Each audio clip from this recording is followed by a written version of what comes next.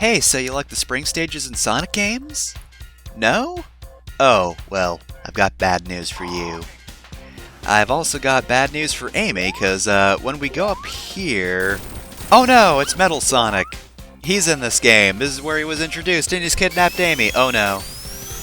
Alright, so, Collision Chaos. I didn't really talk much about Palm Tree Panic, but, you know, that's your Green Hill Zone. It's self-explanatory. Pretty, but very self-explanatory. Collision Chaos, however, is not great because it's spring-themed, which means, Sega's just gonna be real rude with the spring placement. As it is in most stages, but like, you know, more so here. I do like this little platforming bit, this is actually kinda neat. So, we are hunting a past, gate, or pole, or... what are they called again? Time warp plates, I think. It's just time warp plates. But yeah, we want to find the past, and thankfully, because of the springs, they are actually advantageous to us here, because we can just do this. So, one of the reasons I'm not really that into Sonic CD is because I don't like time travel as a gimmick. Like, I do like the changes to music and the tile sets. Like, this stage actually looks way cooler like this, I think. But, you know, I don't mind the present either. But yeah, the problem with the whole time warp plate thing is the fact that I feel like anytime you want to activate a time warp, it's really easy to screw it up. Like, you'll stop walking for, like, a split second, and you'll have just lost your chance to time travel. And yet, when you don't want to time travel, that little plate at the bottom, that future right there, like, look at that. I didn't necessarily want to time travel, but it stuck around. It would not leave. Like, again, not adverse to it, it's not a huge problem to be back in the present, but still. Like, if I had actually definitely wanted to time travel, I would have just, like, hit the pole, just stopped for a little tiny second, and then it would have just been gone.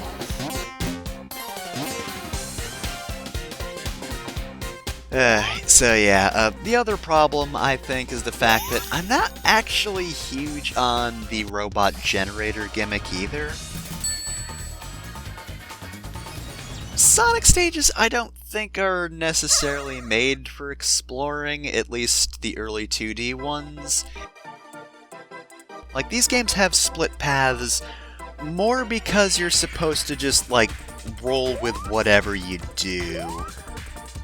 Like, if you happen to make a really good jump and stay on the top path, you get the top path. But hey, maybe on that second playthrough, you don't, and you just end up going to the lower area.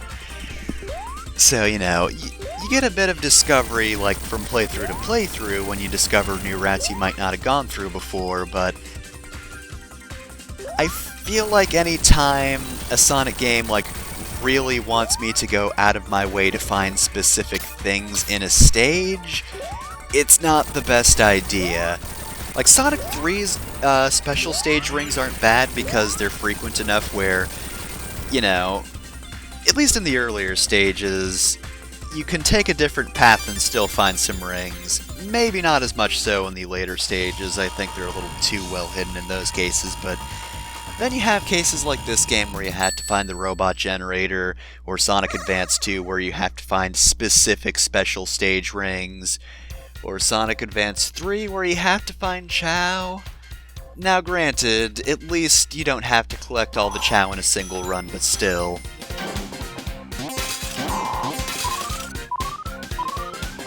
Also, this gimmick's not great. Please let me just proceed through the stage. Sega, please. Let me off of your terrible wild ride, Sega. But yeah, just... I don't know.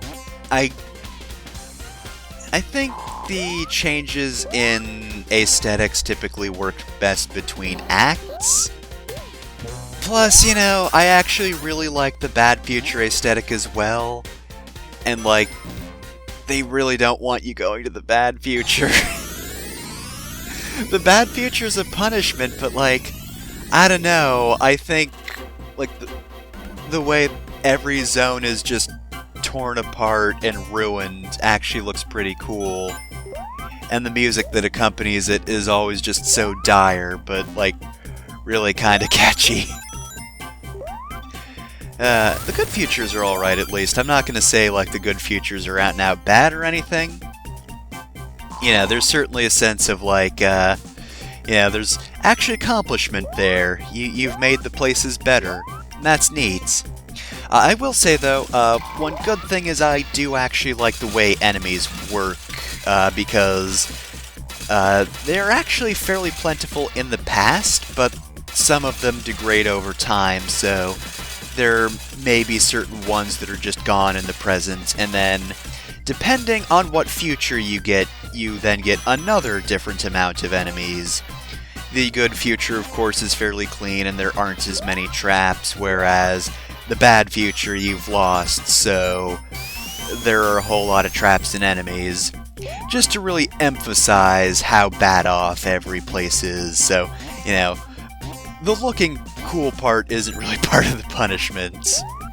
That's more just because the team couldn't make it look just awful. I mean, they do make it look awful, but like an interesting awful. Though to be fair, I think I might like the music more than I like the backgrounds.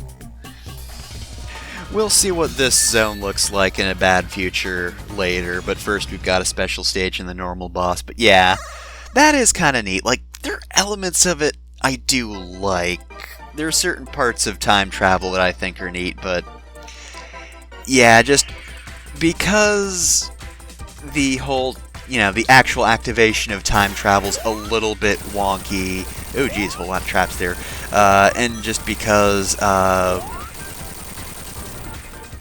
and then there's also the fact that just, I don't like having to search for a specific thing in Sonic stages. It kind of ruins the flow a little bit.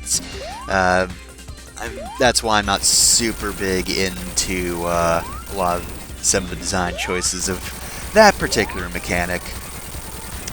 And then just in general, I'm not huge on the level design and enemy placement in Sonic CD. I think it's a little bit lackluster. That being said, though, I do really like the background here. I'm just actually looking at that now, and man, that looks cool as hell.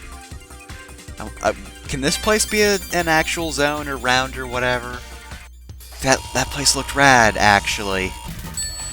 Alright, so, we've got 3 more time stones to get, which means 1.5 more zones worth of special stages to go through. For now, though. Zone 3. So yeah, this is actually a really cool background. I don't know what's up with the upside down water, but whatever, I dig it. So we saw Robotnik back there, and unfortunately this boss sucks. So this boss is just the world's worst pinball machine that I got extremely lucky on. That was not the first take, trust me, because this boss is the worst. So I guess we'll see how the bad future version of this battle went.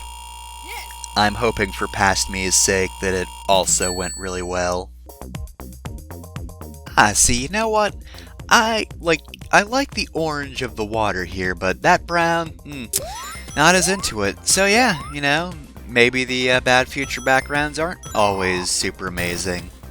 I mean, the gray of the water in the previous zone was also bad, but like, in a way I can appreciate slightly more than brown sky.